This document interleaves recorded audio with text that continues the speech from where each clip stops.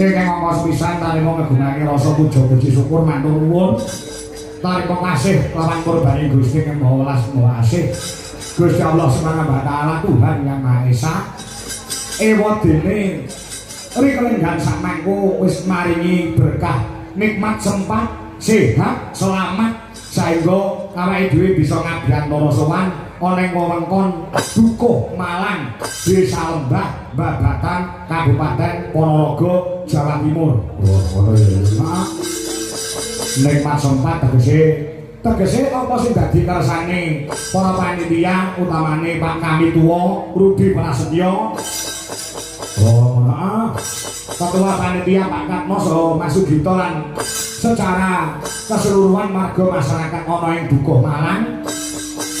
Dikersani malam Minggu tanggal 28 iki awake dhewe sowan ngabyantara sowan tanggalane ora tumbuk lawan liyane no. Tegese awake dhewe diberikan kesempatan, diberi nikmat sempat oleh Gusti Allah untuk menyambung silaturahmi tumraping warga masyarakat ana ing wewengkon Malang Lembah Babatan Ponorogo.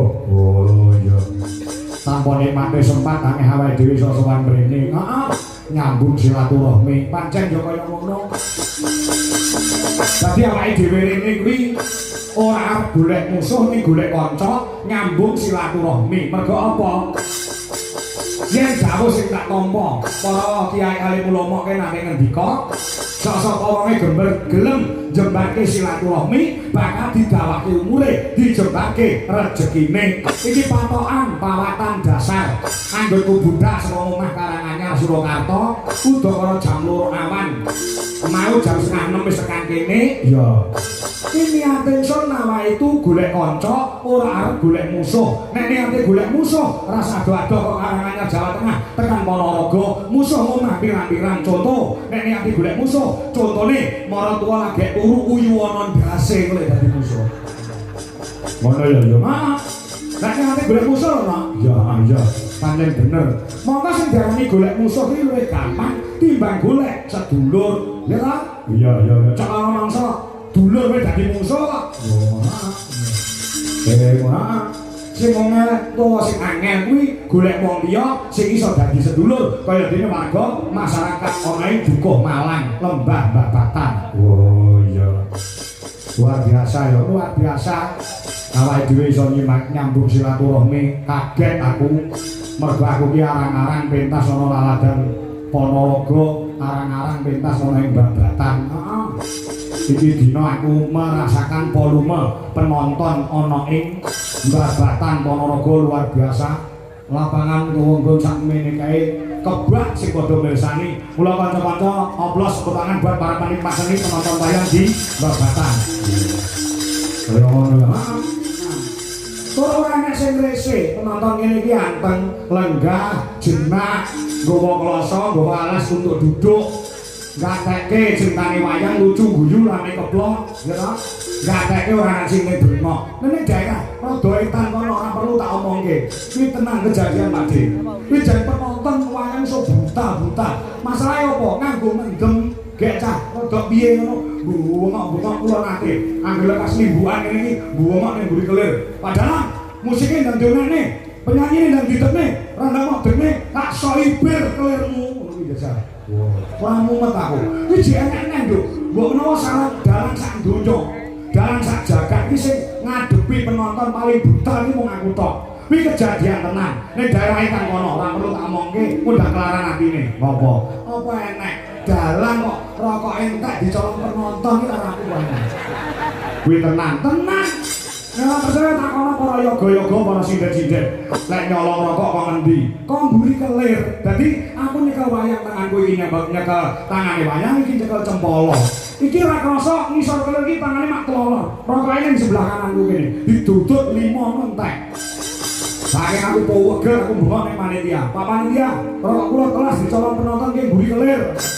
Lah panitia tukok meneh papat. Ora nek tinggal omong ilang meneh. Saking aku trauma karo penonton wayang tukang nyolong rokok ombri kelir. Mesti tak siapi graji mesti. Gua apa? Nek nyolong graji tangane karo manenge. Ngono iki tenang. Oh ya. Ngono yo. Nah, iki jane untuk tombol kemenangan. Pancen bener Mbak iki pecinta wayang sejati. Oh, arang-arang kowe rene. Sing sering dalang sing sering rene iki yo saka Karanganyar. Oh, heeh. Sapa? Ki Cahyo Kuntadi jare bojone jenenge Sinden Kesi. Aku yo ora patek kenal karo dalang iki. Oh. Apa sih ora? Ayo pas tanggapan iki ora kenal. Yo dhek main dhewe ya. Lah awake dhewe kebetulan untuk tahun ini dipercaya dening segenap panitia masyarakat ana ing Malang Lembah Babatan Ponorogo untuk menghibur dalam rangka bersih dusun. Oh, ngono ya iya. Luar biasa ya, heeh. Lah sing angka loro ning mak sehat wis alhamdulillah tak syukuri. Suaraku wis metu lho. Heeh. Isu mau bojoku bingung, aku ya bingung. Oh, heeh, tangi turu mergo ket tanggal 22 nanti saya ini sing rung mandeg sing iso leren. Oh, isu mau tangi turu. Aku apa iki? Ngono masas ta. Heeh. Masas ta bojoku bingung kok disuntikne. Suntikne ning rumah sakit isu mau, heeh disuntikne. Lah pak tekan omah iki genti aku kon nyuntik bojoku ya.